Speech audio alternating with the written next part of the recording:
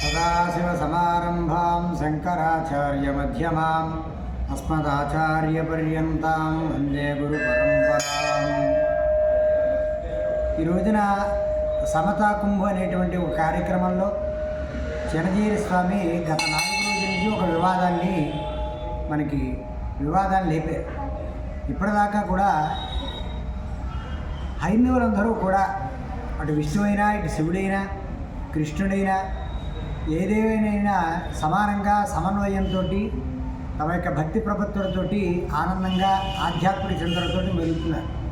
ఇలాంటి సందర్భంలో పరమతాలు పెరుగుతున్నటువంటి సందర్భంలో కూడా ఈ వివాదానికి తెరలేపినటువంటి చినజీరి స్వామి చాలా పొరపాటు చేసినటువంటి విషయంగా కనపడుతుంది. ఎందువల్లయ్యా అంటే ఆ సమతాకుంభ అనేటువంటి సందర్భంలో సామరస్యత కోల్పోయి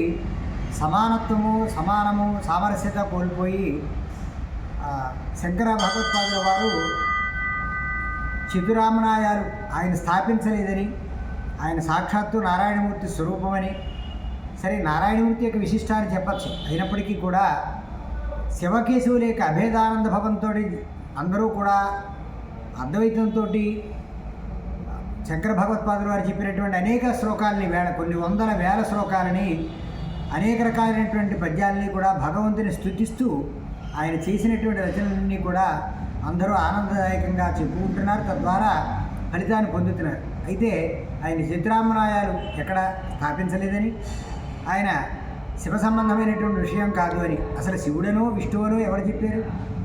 ఆయన ఒక అద్వైతాన్ని ప్రబోధన చేశారు, చిత్రామనాయాలు పెట్టారు. ఈ సందర్భంలో ఇది కాదు, అవును విష్ణువా కేశవుడా శివుడా కేశవుడా అనేటువంటిది అసలు ఇందులో సమస్య ఏం లేదు, ఎవరు అడగని దానికి కూడా సామాన్యులు సైతం కలత చెందేటువంటి విధంగా ఇది పెద్ద వాళ్ళకి అర్థం అవ్వదు. ఆమనాయాలంటే ఏమిటో తెలియనటువంటి సామాన్య మానవులకు అర్థం అవ్వదు, పెద్ద వాళ్ళు మాత్రం చర్చించేటువంటి విషయాలు. అయితే ఈ ఆమనాయాలు స్థాపించలేదని, ఇవన్నీ అడగని దానికి గొప్ప కోసమో మరి ఒక రకమైనటువంటి ఆనందం కోసమో ఒక రకమైనటువంటి శత్రుత్వాన్ని విభేదాన్ని తీసుకురావడం కోసమో మరి ఆలోచనతో చేశారో తప్ప ఇటువంటి ప్రకటన చేయడం అనేటువంటిది, సభలో చెప్పడం అనేటువంటిది చాలా ఇబ్బందికరమైనటువంటిది, హిందువులందరికీ కూడా ఇబ్బందికరమైనటువంటిది.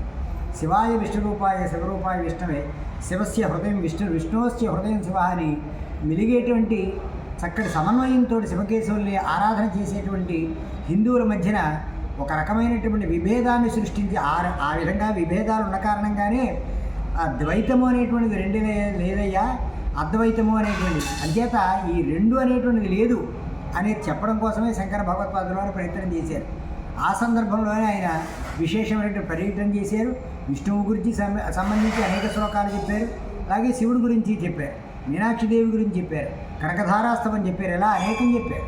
చేత శివకేశవుల భేదం లేదనేటువంటి భావన ఆయన తెలియబరిస్తే ఇక్కడ భేదం ఉంది అనేటువంటి భావనని జీఆర్ స్వామి చెప్పడం అనేటువంటిది ఇబ్బందికరమైనటువంటిది, తప్పును సరి చేసుకోవాల్సినటువంటి పరిస్థితి ఎంతైనా ఉంది.